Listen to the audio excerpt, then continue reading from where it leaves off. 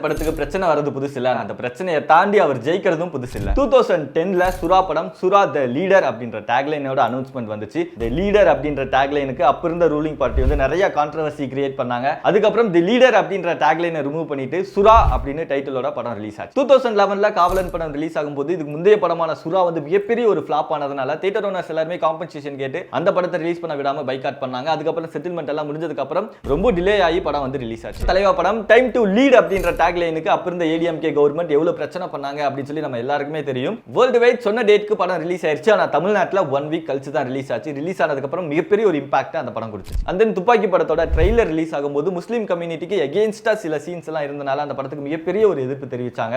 அதுக்கப்புறம் சில சீன்ஸ் எல்லாம் ட்ரிம் பண்ணதுக்கு அப்புறம் படம் தியேட்டருக்கு வந்துச்சு. தியேட்டருக்கு வந்து அந்த படம் எவ்வளவு பெரிய ஒரு பிளாக் பஸ்டர் ஹிட் ஆச்சு அப்படின்னு சொல்லி நமக்கு தெரியும். கத்தி படம் ரிலீஸ் அப்போ தமிழ் ஈழம் பிரச்சனை போயிட்டு இருந்தது. அந்த படத்தோட ப்ரொடியூசர் லைகா ஸ்ரீலங்காவை சேர்ந்தவர் அப்படிங்கிறதுனால அந்த படத்துக்கு மிகப்பெரிய ஒரு எதிர்ப்பு தெரிவிச்சாங்க. படம் தியேட்டருக்கு வராதுன்னு சொன்னாங்க. தியேட்டரோட ஜன்னல் எல்லாம் உடைச்சாங்க. 12 மணி வரைக்கும் டிக்கெட் தரல. அதுக்கப்புறம் போலீஸ் ப்ரொடெக்ஷனோட படம் தியேட்டருக்கு ரிலீஸ் ஆகி 12 நாள்ல 100 crore அடிச்சது. அடுத்த படம் ஆலப்போரான் தமிழன் இல்ல மெர்சல். இந்த படத்துக்கு இனிஷியலி ஆலப்போரான் தமிழன் அப்படின்னு சொல்லி டைட்டில் வச்சாங்க. சில ரெஸ்ட்ரிக்ஷன்ஸ்க்காக படத்தோட டைட்டில் மெர்சல் அப்படின்னு சொல்லி மாத்தினாங்க. அந்த படத்துல ஜிஎஸ்டி அண்ட் டிமானிட்டேஷனுக்கு எதிராக சில டைலாக்ஸ் எல்லாம் இருந்துச்சு. அதுக்கப்புறம் இப்போ என்ன சென்சார் இஷ்யூ ஜனநாயகன் படம் ஃபேஸ் பண்ணிட்டு இருக்கோ அதே இஷ்யூ மெர்சல் படமும் ஃபேஸ் பண்ணிச்சு. படம் நாளைக்கு ரிலீஸ் அப்படின்னா இன்னைக்கு வரைக்கும் சென்சார் தரல. அதுக்கப்புறம் நைட் சென்சார் கொடுத்து படம் நெக்ஸ்ட் டே ரிலீஸ் ஆச்சு. சர்க்கார் படம் அந்த படத்தோட ப்ரொடியூசர் சன் பிக்சர்ஸ் அப்ப இருந்த ரூலிங் பார்ட்டியான ஏடிஎம்கே கவர்மெண்ட்டை டைரக்டா அட்டாக் பண்ற மாதிரி நிறைய சீன்ஸ் எல்லாம் அந்த படத்துல வச்சிருப்பாங்க.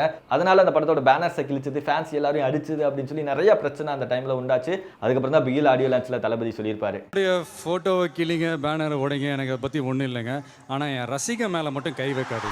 பிகில் அண்ட் மாஸ்டர் படத்தப்ப வந்த இன்கம் டாக்ஸ் பிரச்சனை, மாஸ்டர் படம் ஷூட்டிங் ஸ்பாட் நெய்வேலியிலே போயிட்டு சில கட்சியினர்கள் எல்லாம் வந்து போராட்டம் பண்ணாங்க. அந்த டைம்ல விஜய் சாருக்கு ஆதரவா எவ்வளவு கூட்டம் வந்துச்சு அப்படின்னு சொல்லி நம்ம எல்லாருக்குமே தெரியும். அதுக்கப்புறம் கோவிட் வந்துச்சு. கோவிட்னால படம் 1.5 வருஷம் டிலே ஆச்சு. டிலே ஆனதுக்கு அப்புறம் திரும்ப படம் தியேட்டர்ல வரும்போது தியேட்டர் ஓனர்ஸ் எல்லாருக்குமே மிகப்பெரிய ஒரு லைஃப் கொடுத்த படம் தான் மாஸ்டர். அதுக்கப்புறம் ஜனநாயகன் இப்போ வரைக்கும் சென்சார் கொடுக்கல. Initially John 9th release plan பண்ணாங்க. இப்போ அந்த படம் வந்து போஸ்ட்போன் ஆயிருச்சு. இதனால நான் சொல்லிக்கிறது ஒண்ணே தான், கான்ஃபிடென்ட்டா இருங்க சார், நல்லதே நடக்கும் சார், வெற்றி நிச்சயம் சார்.